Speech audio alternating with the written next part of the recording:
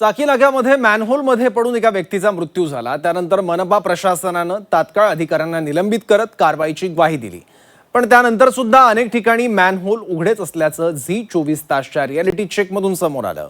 Zee 24 तासनं मुंबईतील उघड्या मॅनहोलचा reality check केल्यानंतर अखेर मुंबई महापालिकेला जाग आल्याचं पाहायला मिळालं। त्यामुळे झी 24 तासची बातमी म्हणजे इम्पॅक्टची हमी हे पुन्हा एकदा सिद्ध झालंय। मुंबईतील उघड्या मॅनहोलचा प्रश्न यंदाच्या पहिल्याच पावसात चर्चेत आलाय। त्याचं कारण ठरलं साकीनाक्यातली घटना। गुरुवारी साकीनाका इथल्या खैराणी रोडवर मॅनहोलमध्ये पडून एका व्यक्तीचा दुर्दैवी मृत्यू झाला। सन्मान हॉटेल जवळ मोबाईलवर बोलत असताना असलम शेख हा 53 वर्षीय व्यक्ती उघड्या मॅनहोलमध्ये पडला।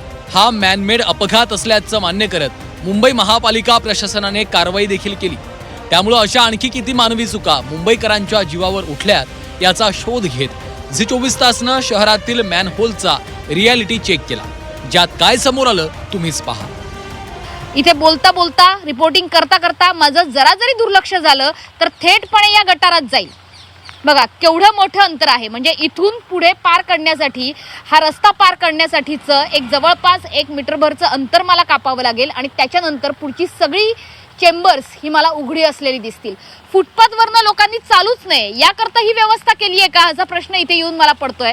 त्याच्यामुळे केवळ मॅनहोलच नाही तर अशा पद्धतीचे कोणतीही जाळी नसणारे धोकादायक असे चेंबर बंद करण्याची तसदी आता तरी मुंबई महापालिका घेईल का हा सर्वसामान्य मुंबईकर म्हणून मला प्रश्न विचारावा असं वाटतोय। झी 24 तासनं मुंबईतल्या मॅनहोलच्या मृत्यू मार्गाच्या रिअलिटी चेक दरम्यान अनेक ठिकाणी मॅनहोल उघडून पालिकेचे कर्मचारी गायब असल्याचं समोर आलं। उघड्या मॅनहोलच्या भोवती आवश्यक असणारं बॅरिकेडिंगही नाही आहे। त्यामुळे मुंबईतली मृत्यूची ही दारं सताड उघडीच असल्याचं दिसलं। पण झी 24 तासनं महापालिकेच्या ढिसाळपणाची पोलखोल करता मुंबई महापालिका प्रशासन खडबडून जागं झालं। झी 24 तासच्या रिअलिटी चेकची दखल घेत तत्काळ मॅनहोलला बॅरिकेडिंग केलं गेलं। मॅनहोल उघडे न ठेवता पाण्याचा निचरा कसा होऊ शकतो हे या बॅरिकेडिंगवरून दिसून आलं।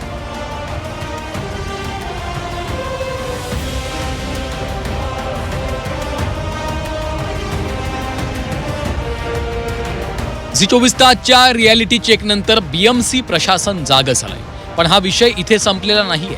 मुंबईकरांच्या जीवाशी जेव्हा जेव्हा खेळ खेळला जाईल तेव्हा झी 24 तास तिथे पोहोचेल। त्यामुळे यापुढेही धोकादायक झाडं आणि उघड्या मॅनहोलवर आमची नजर असणार आहे। मुंबईहून मनश्री पाठकसह ब्युरो रिपोर्ट, झी 24 तास।